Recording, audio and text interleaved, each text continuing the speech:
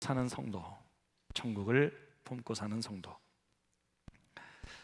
지난 주간에 저는 소중한 후배 한 명을 만났습니다. 대학 후배였는데요, 제가 복음 전했을 때 그가 고3 때 원서 접수하다가 저에게 만나서 복음을 듣고 복음이 너무 좋아서 형제가 변화되었습니다.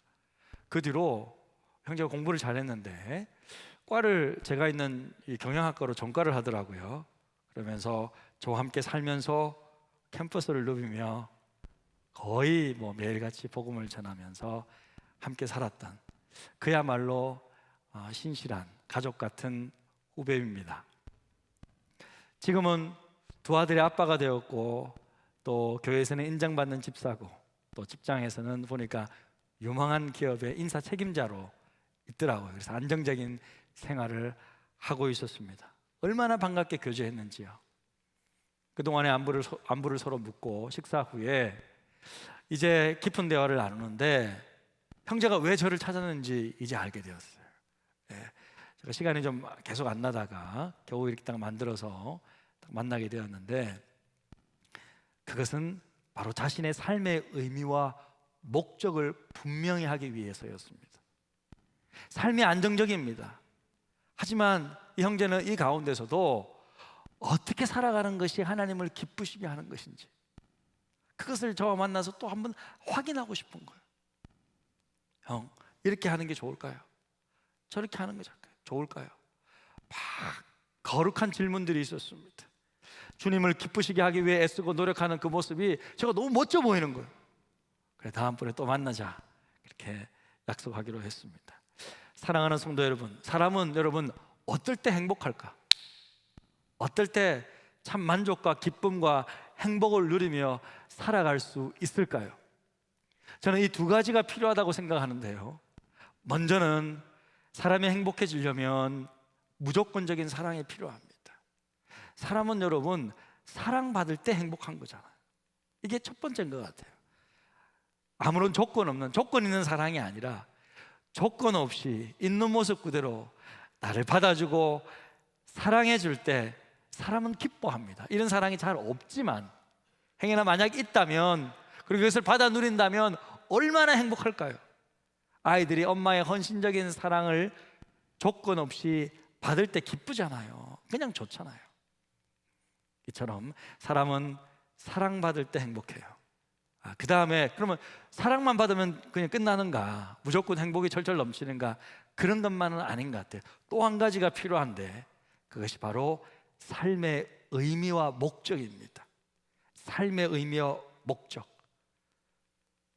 내가 무엇을 위해 살아가야 하는지, 내가 어떻게 살아가는 것이 바른 것인지, 그 삶의 의미와 목적을 바로 찾을 때 행복할 수 있다는 거예요.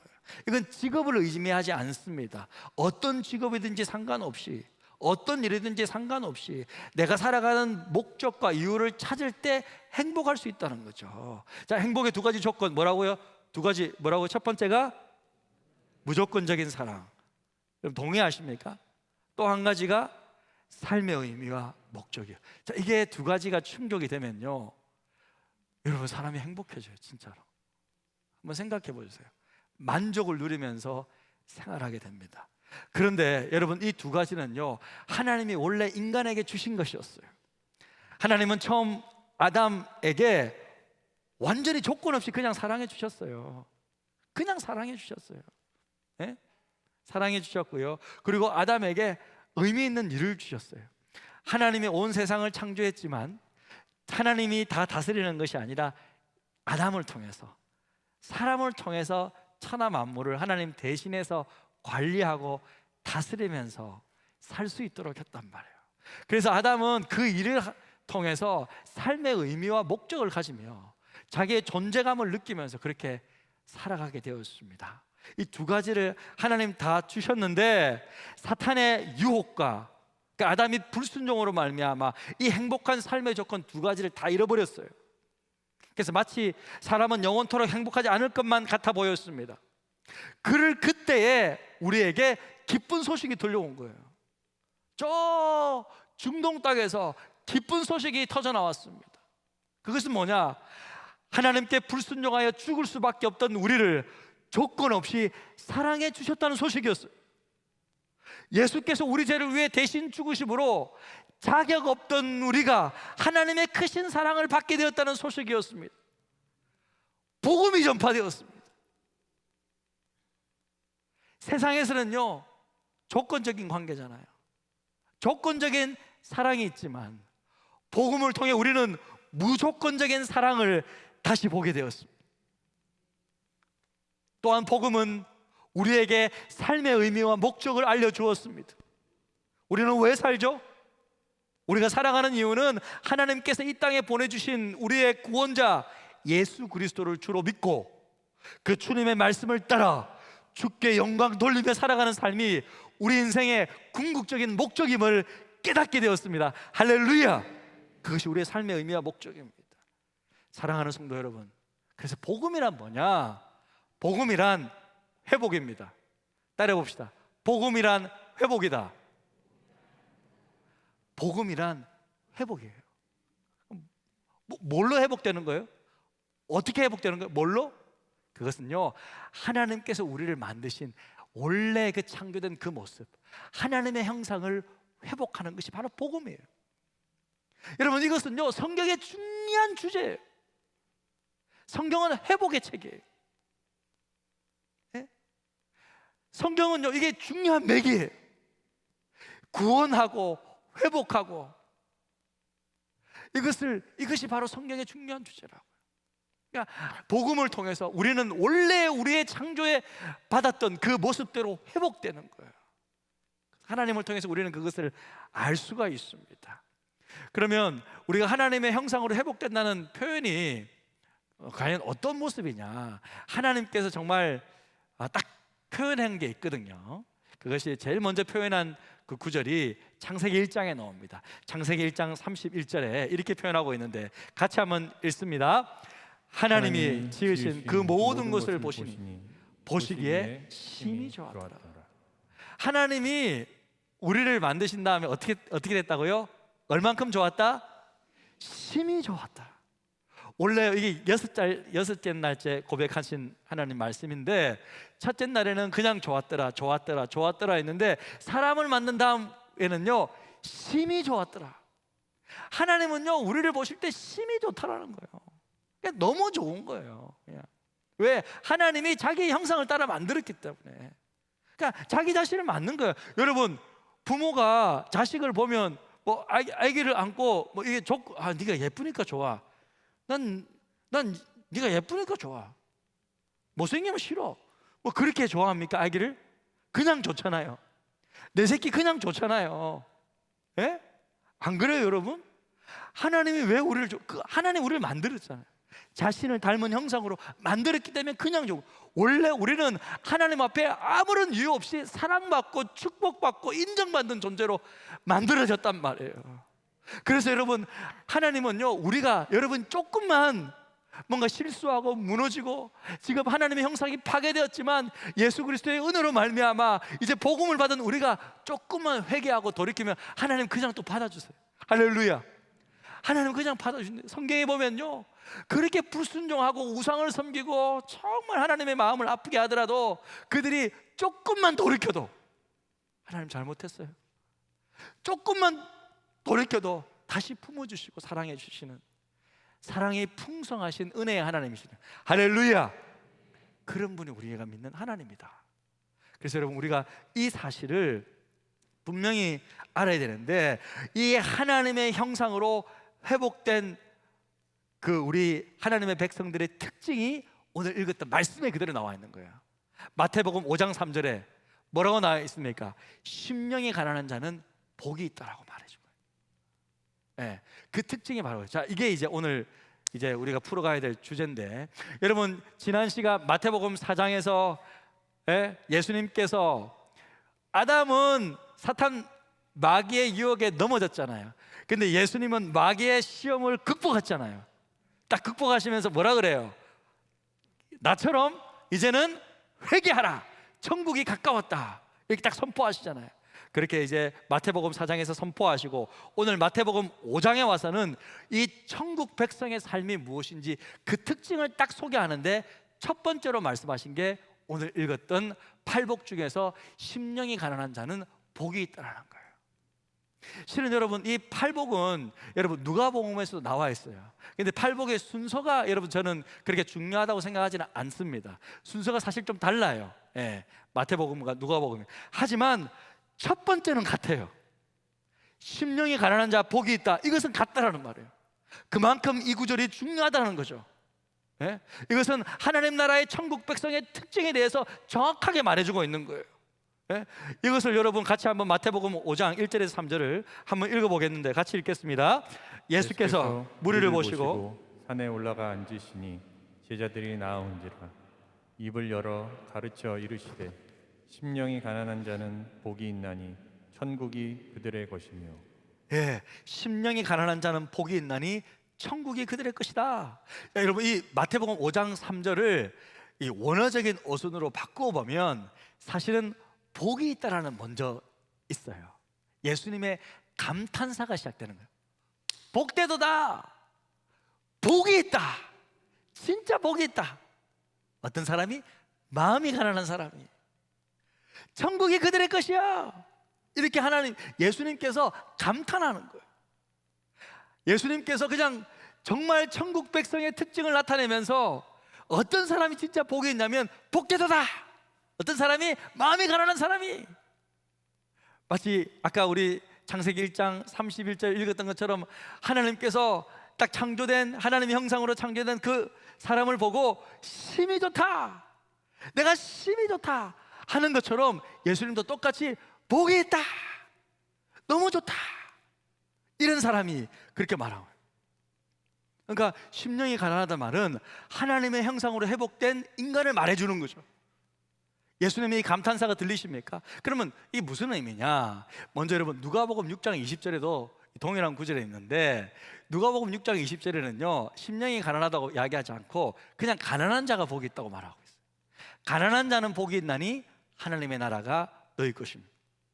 가난한 자가 복이 있다? 여러분 가난한 복이 있습니까? 가난한 자 좋으세요? 예? 누구 가난한 자? 예, 잘 모르겠네. 가난한 자가 복이 있대. 여러분 어떻게 가난한 자가 복이 있어요? 이 말의 의미가 뭘까요? 여러분 아무것도 없이 가난한 사람은 정말 아무것도 없잖아요. 그 어디 소망을 둘 데가 없잖아요. 믿는 구석이 없잖아요. 그래서 오직 누구만 믿습니까? 하나님만 바라보는 거죠. 하나님만 의지하니까 복이 있는 거예요. 하나님만 붙잡고 살아가니까 가진 게 없거든요. 아무것도 바라는 게 없거든요. 사실은 이게 복일 수도 있어요. 그죠? 정말로 아무것도 없다 보니까 하나님 한 분만을 자꾸 바라보면서 사는 거예요. 그러니까 하나님이 함께 하시잖아요. 그러니까 복이 있는 거죠. 하나님 함께 하는 게 복이니까. 자, 이것이 누가복음 6장 20절에서 말해주는 거예요. 근데 마태복음 5장 3절은 하나 더 붙잖아요. 가난이 심령이 가난한 자가 복이 있다. 그럼 이건 뭔가? 자, 하나님과 함께하는 것 자체가 복인데 그 하나님과 함께하는 삶의 사람의 특징에 대해서 이야기해 주는 것이 마태복음 5장 3절이에요. 약간 심화된 거죠. 이게 좀 심오하고 좀 문학적인 표현이라서 심령이 가난한 자 복이 있다. 이 뭔가 좀 알 것 같기도 하고, 그죠? 근데 뭐라고 설명해 보세요. 그러면 이거 좀 잘 모를 것 같기도 하고 약간 좀 이 심오한 구절입니다. 자, 그러면 이 말은 어떤 의미냐면 사실은 이 구절을 알기 위해서는 가난하다라는 단어를 알아야 돼요. 여러분 원어상 가난하다라는 단어의 의미는요 거지처럼 굽신거리는 자세를 뜻하는 거예요. 뭐라고요? 거지처럼 굽신거리는 자세를. 이게 가난하다는 의미예요. 여러분 거지가 뭐가 좋아요? 거지를 본받고 싶습니까? 거지 싫죠. 누가 거지처럼 살고 싶겠습니까? 하지만 영적인 관점에서는 하나님 앞에서는 거지처럼 이렇게 하는 것이 복이 있다는 거예요. 그래서 마음이 가난하다는 말은 영적으로 거지와 같은 심정을 말하는 것입니다. 그럼 영적으로 거지와 같은 심정, 이 마음이 가난하다는 의미가 뭔가 도대체 두 가지 의미를 담고 있어요. 이 두 가지를 꼭 반드시 기억하시길 바랍니다. 첫 번째는 겸손입니다. 심령이 가난하다는 의미의 첫 번째 의미는요, 겸손이에요. 영적인 겸손을 말합니다. 심령이 가난한 사람은 영적으로 겸손의 마음을 가진 사람입니다. 이건 뭐냐면 나는 자격이 없다고 생각하는 거예요. 나는 구원받을 자격이 없는 사람입니다. 하나님, 나는 하나님의 은혜를 받을 자격도 없는 나쁜 놈이었습니다. 나는 원래 정말 형편없는 그런 사람이었습니다. 나는 감히 예배도 드릴 수 없는 그런 자격 없는 존재였습니다. 이렇게 여기는 것을 말하는 거죠. 마가복음 7장에 보면요, 제가 설명해 드릴게요. 수로보니게 여인이 나와요. 이방 여인이에요. 이 이방 여인이 자기 딸이 귀신 들려서 그 예수님께 나와요. 고쳐달라고. 근데 예수님께서 바로 고쳐주지 않고 대뜸 그 여인에게, 이방 여인에게 이런 말을 해요. 화면 한번 보시겠습니다. 자, 화면 한번 보시겠습니다. 이렇게 말해요. 여러분, 예수님처럼 약간 이렇게 놀리는 듯한 이렇게 제스처로 한번 따라 읽겠습니다. 자녀의 떡을 취하여 개들에게 던짐이 마땅치 아니야. 와, 좀 말이 세지 않습니까? 지금 개가 누구예요 지금? 예? 그 여인을 향한 이야기 아니에요 지금? 이렇게 세게 말씀하셨어요. 이 여인을 시험하고자 하는 거예요 사실은. 그런데 이 여인이 이 말을 듣고 어떻게 반응한 줄 아세요? 이렇게 반응합니다. 7장 28절에 여자가 대답하여 이르되 주여 옳소이다마는 상아래 개들도 아이들이 먹던 부스러기를 먹나이다. 와, 이 여인의 말을 한번 들어보십시오. 주님 말씀 맞습니다. 하지만 개들도 아이들이 먹는 상 옆에서 떨어지는 부스러기 먹지 않습니까? 이런 이야기를 하니까 예수님이 너무 놀라는 거예요. 깜짝 놀라면서 칭찬을 하세요. 여러분, 이 여인의 태도가 바로 심령이 가난한 것입니다. 이게 겸손한 거라. 이 심령 위에 천국이 임했습니다. 천국이 임했다는 것은 여러분 지난주에 배웠잖아요. 천국이 임하면 병이 낫게 되고, 천국이 임하면 귀신이 떠나가게 되고, 그러니까 이 여인의 마음이 심령이 가난해지고 겸손해지면서 이것이 하나님의 은혜의 통로가 되어서 천국을 맛보니 그 딸에게서 귀신이 떠나가고 고침받게 되었어요. 할렐루야. 놀라운 거죠. 예수님께서 이 여인의 모습을 보고 믿음이 크도다고 칭찬하시면서 내 소원대로 되리라고 축복하셨습니다. 그리고 여러분, 백부장을 한번 생각해 보십시오. 우리 백부장 이야기 알잖아요. 백부장이면 몇 명의 대장이에요? 로마 군인 100명의 대장이에요. 로마 시민만 되어도요 유대인들 무시하면서 살아요. 하지만 그 가운데서도 100명 군인의 대장이다? 이것은요 대단한 권력이에요. 대단한 힘을 가진 사람이에요. 백부장은 유대인 정도는 무시할 수 있어요. 예수님 같은 분 무시할 수 있어요. 하지만 이 백부장이 예수님께 나왔어요. 왜? 자기 하인을 좀 고쳐달라고. 그것도 좀 놀라운 것인데 예수님께서 그래? 내가 고쳐주겠다라고 말하니까 뭐라고 해요? 집에 가서 고쳐주겠다 하니까 이렇게 말하고 있어요. 주여, 그러지 마십시오. 그렇게 수고하지 마십시오. 내 집에 들어오심을 나는 감당하지 못하겠나이다. 그냥 말씀만 해주시면 됩니다. 와, 이 백부장의 겸허한 모습에 예수님은 깜짝 놀랐습니다. 그래서 가장 큰 칭찬을 해주세요. 내가 이스라엘 중에 이만한 사람, 믿음을 가진 사람 못 봤다. 그러면서 백부장의 소원대로 하인을 고쳐줍니다. 여러분, 이 백부장의 이 태도가 심령이 가난하다는 뜻이에요. 심령이 가난한 자라는 거예요. 여러분, 백부장 하면 또 생각나는 사람 혹시 있습니까? 사도행전에 보면요 고넬료라는 사람이 나오는데요, 이 사람도 여러분 백부장이잖아요. 대단한 집안의 사람이에요. 그런데 예수님을 알게 된 거예요. 근데 세상에서 아무리 힘과 권력을 가지고 있다 하더라도 예수 믿고 이제 하나님을 만나게 되면 어떻게 주의 종들에게 함부로 못 하잖아요. 주의 종들에게는 꼼짝 못 하잖아요. 그래서 사도행전 10장 25절에 이렇게 말하고 있습니다. 마침 베드로가 들어올 때 고넬료가 맞아 발 앞에 엎드려 절하니. 베드로가 무슨 주님도 아닌데 주의 종이 들어오니까 완전히 엎드려 절하고 있어요. 고넬료가 이렇게 겸손한 사람이었어요. 그러니까 어떻습니까? 하나님께서 이 고넬료에게 축복하셔서 그 지역의 모든 이방인 가운데 첫 번째로 예수 믿는 가장 믿음의 명문 가문으로 이 가정을 삼으시고 축복하시는 거예요. 할렐루야. 여러분, 이 마음이 바로 심령이 가난한 자의 마음이라는 거예요. 저는요, 목회자로서 우리 교회 성도님들을 볼 때 이런 분들을 봅니다. 평일에 아무도 없는데 기도하러 오시는 분들 있어요. 기도하실 때 어떨 때 보면요, 가만히 제가 보면요, 여기 자리에 앉지도 못하고 바닥에 엎드려 가지고 하염없이 눈물을 흘리며 기도하시는 분이 있어요. 심령이 가난한 자의 모습. 묵묵히 하나님만 바라보며 기도하시는 분들. 누가 뭐라 하지 않아도 말없이 하나님을 묵묵히 섬기고 살아가는 우리 성도님들. 예? 주차장에서 매연 다 맡으면서 누가 뭐라 하지 않아도 봉사하시는 우리 집사님들의 모습 가운데서 심령이 가난한 자의 모습을 봅니다. 오지에서 여러분 누구 하나 알아주지도 않지만 묵묵히 선교 사역을 감당하는 우리 선교사님들을 보면서 심령이 가난한 자의 모습을 본다. 매달 아무도 알아주지 않지만 묵묵히 그냥 나와가지고 노숙자들에게 밥을 먹이면서 그냥 봉사하고 섬기는 그 모습들의 성도님들의 모습을 통하여서 심령이 가난한 자의 모습을 본다는 거죠. 예? 여러분, 이런 사람들은요 복이 있습니다. 왜요? 천국이 그들의 것이기 때문입니다. 할렐루야. 예, 그래요. 그렇습니다.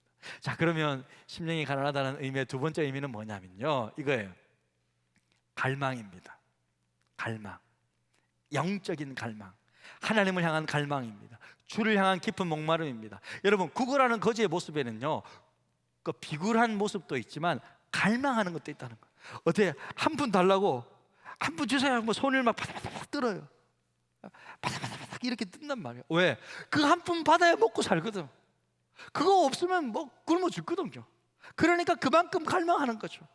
여러분, 이런 하나님 앞에서의 영적인 갈망, 하나님을 향한 갈망, 예배를 향한 갈망, 말씀을 향한 갈망, 기도를 향한 갈망, 주를 온전히 찾기 위한 간절한 갈망의 모습이 바로 심령이 가난한 자의 모습입니다. 심령이 가난한 자의 모습. 성경에 나타난 대표적인 자의 모습이 누구죠? 누굴까요? 여러분 한번 맞춰보세요. 누구죠? 예? 누구라고 생각되십니까? 예? 예, 틀리도 좋으니까. 예. 부끄럽게까지 더 하겠습니까? 예. 예? 예. 아, 그렇죠. 제가 다윗이죠. 다윗이잖아요. 얼마나 하나님을 갈망해요. 여러분, 다윗은 정말 하나님을 사랑하고 갈망하잖아요. 시편에 나타난 그 하나님을 향한 노래들, 작사 작곡한 그 노래들을, 수많은 노래들을 보면 그걸 느낄 수 있어요. 알 수 있어요. 그것들이 다 증거들이에요. 얼마나 하나님을 갈망하고 노래합니까? 가장 클라이막스 같은 부분이 어떤 거죠? 다윗이, 여러분 그렇잖아요. 하나님의 법궤를 다윗성으로 옮겨갈 때, 법궤라는 건 그 당시 하나님을 상징하는 거니까, 그 법궤를 자신의 다윗성으로 옮겨갈 때 그 법궤 앞에서 어떻게 해요? 그 법궤를 모셔가는데 앞에서 어떻게 해요? 춤을 추기 시작하잖아요. 예? 춤을 추는데 그냥 막 옷이 이렇게 막 옷이 벗겨지고, 여러분 그럼에도 불구하고 그 아내 미갈이 위에서 보는데 아유 창피하다, 아유 주책이야 그냥. 그럼 당신은 왜 그래 주책스럽게? 그렇게 말해도 다윗이 뭐라 그럽니까? 내가 사람 앞에서 했냐? 하나님 앞에서 했지. 내가 하나님 앞에서 했지. 그러면서 그렇잖아요. 하나님 앞에서 내가 더 낮아질지라도 내가 그렇게 하나님을 찬양하리라. 이런, 여러분 다윗의 모습을 볼 때 하나님 뭐라 그러셨습니까? 하나님 이렇게 평가합니다. 예, 내가 이새의 아들 다윗을 만나니 내 마음에 합한 사람이라 내 뜻을 다 이루게 하리라. 할렐루야. 이게 뭐예요? 하나님의 합한 게 뭐예요? 다윗이 하나님을 갈망하는 이 마음이 하나님의 마음에 딱 들었던 거예요. 합당하게 된 거예요. 하나님은요 이런 사람과 함께 하십니다. 이런 마음이 심령이 가난한 자의 마음입니다. 저는 매주 교회를 오기 위해서 정말 1시간씩 운전하며 오시는 분들, 몇 시간씩 이렇게 차 타고 오시는 분들의 모습을 보면서, 그 발걸음을 보면서 이렇게 하나님을 향한 갈망, 심령이 가난한 자의 마음에 그 마음을 본다는 거죠. 우리 권사님 인천에서 오시잖아요. 얼마 만에 오시는지 아세요? 2시간 반 동안 오신대요. 1시간 예배 드리기 위해서 2시간 반 동안 오세요. 그리고 또 1시간 예배 드리고 2시간 반 동안 또 가시는 거예요. 그런데요, 놀라운 것은 권사님의 간증이 뭔지 아세요? 이리 1시간 예배 드리고 가면요, 집에 도착하면 힘이 솟는데, 할렐루야. 왜 그러냐면 사람은 영과 정신과 육체가 연결되어 있기 때문에 영적으로 충만하게 누리면요, 마음이 기쁘고, 그러니까 육체도 힘이 솟는 거예요. 할렐루야. 그 어떨 때는 너무 예전에 한번 힘들어가지고 근처 딸이 다니는 교회에 간 적이 있대요. 가서 그냥 가까이 있으니까 한번 갔다 온 적이 있는데, 갔다 왔는데 더 힘들더래. 더 힘들고 더 힘 빠지고 더 마음이 불편하더래. 그러면서 결단했대요. 내가 처음으로 예수 믿은 이 교회, 어쩔 수 없이 몰려갔지만 내가 죽을 때까지 평생도록 섬기겠다. 할렐루야. 그런 마음으로 오시는 거예요. 제가 볼 때는 하나님께서 그거 기억하실 것 같아요. 그 축복하실 것 같아요. 우리 교회는 인천에서 오지요, 저 김포에서 오시지요, 하남에서 오지요. 제가 양평에서 저기 양평에 오신 분이 양평에서 오지요. 양평 신방 가서 몰더라고요. 와, 산 넘고 물 건너 바다 건너서 그렇게 갔어요. 제가 신방을. 와, 평택에서도 오시는 분이 있습니다. 할렐루야. 여러분, 그분들의 발걸음 속에서 저는 심령이 가난한 자의 모습을 보는 거예요. 여러분들이 어떨 때는요, 눈이 어르신들이지만 여러분 눈알이 눈알이라 하니까 여러분의 눈빛이요, 말씀을 사모해가지고 초롱초롱하게 막 그냥 바짝바짝 빛날 때가 있어요. 그런 여러분의 눈빛 속에서 하나님을 갈망하는 심령이 가난한 자의 마음을 본다는 거죠. 여러분이 그 간절한 기도 가운데서 하나님을 온전히 찬양하기 위해서 열심히 노력하고 하나님을 섬기는 여러분의 모습을 통해서 심령이 가난한 자의 그 모습을 저는 바라봅니다. 사랑하는 성도 여러분, 이것이 바로 우리 주님께서 우리에게 바라는 것입니다. 겸손함과 갈망함으로 하나님을 찾고 하나님과 동행하는 삶, 심령이 가난한 자는 복이 있다라는 바로 그 자세입니다. 하나님은 오래전부터 바로 이런 삶이 하나님께서 정말 우리에게 바라는 삶인 것을 알려주셨습니다. 미가서 6장 8절에 보니까 이렇게 말씀하고 있습니다. 같이 읽겠습니다. 사람아, 주께서 선한 것이 무엇임을 내게 보이셨나니 여호와께서 내게 구하시는 것이 오직 공의를 행하며 인자를 사랑하며 겸손히 내 하나님과 함께 행하는 것이 아니라, 겸손히 내 하나님과 함께 행하는 것이 아니라 겸손함으로 하나님을 갈망함으로 함께 하는 것이 아니냐. 이것이 하나님께서 우리에게 원하시는 삶이라는 거예요. 심령이 가난한 자들은 이처럼 겸손히 하나님과 동행하는 사람, 이런 사람들은 큰 축복을 누리는데, 복이 있는데, 그 복은 뭐예요? 바로 천국이 그들의 것입니다. 천국이 그들의 것입니다. 여기서 여러분, 천국이 그들의 것임이라고 말하니까, 그러면 천국 가려면 심령이 가난해져야 됩니까? 천국 가기 위해서는 심령이 가난해져야 돼. 나는 심령이 가난해져야 돼. 그러면 천국 가는 거야? 그게 아니고, 천국은 예수 믿어야 천국 가는 거고. 자, 여기서 마태복음 5장 3절에서 심령이 가난한 자는 천국이 저희 것입니다 라는 표현이 어떤 의미예요? 이 말의 의미는 이 땅을 살아가면서 천국을 누리면서 산다는 거예요. 천국을 맛보면서 산다는 거예요. 천국을 경험하면서 산다는 거예요. 자기 마음속에 천국이 있는 거예요. 천국을 맛보면서 천국을 품고 살아가는 삶을 살아간다는 거예요. 이것보다 행복한 삶이 어디 있어요? 겸손하고 이런 사람들은 그렇게 살아간다. 하나님을 갈망하는 사람.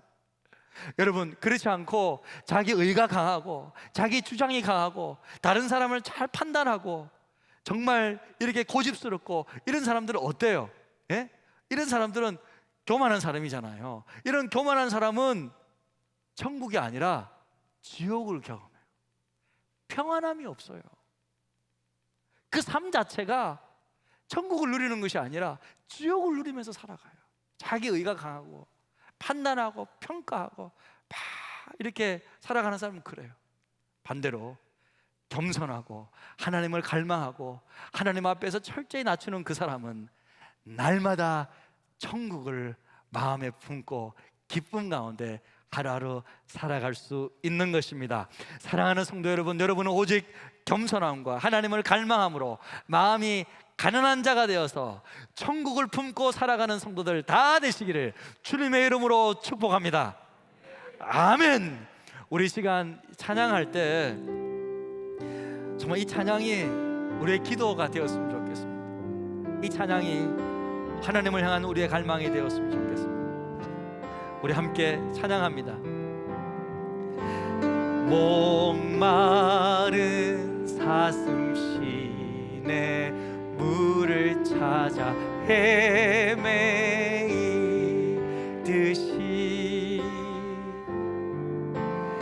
내 영혼 주를 찾기에 갈급하나이다.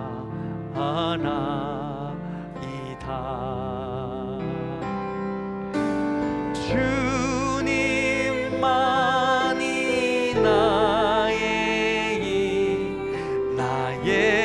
방패 나의 참 소망 나의 몸 정성 다 바쳐서 주님 경배하. 그렇습니다. 금보다 귀한 나의 주님,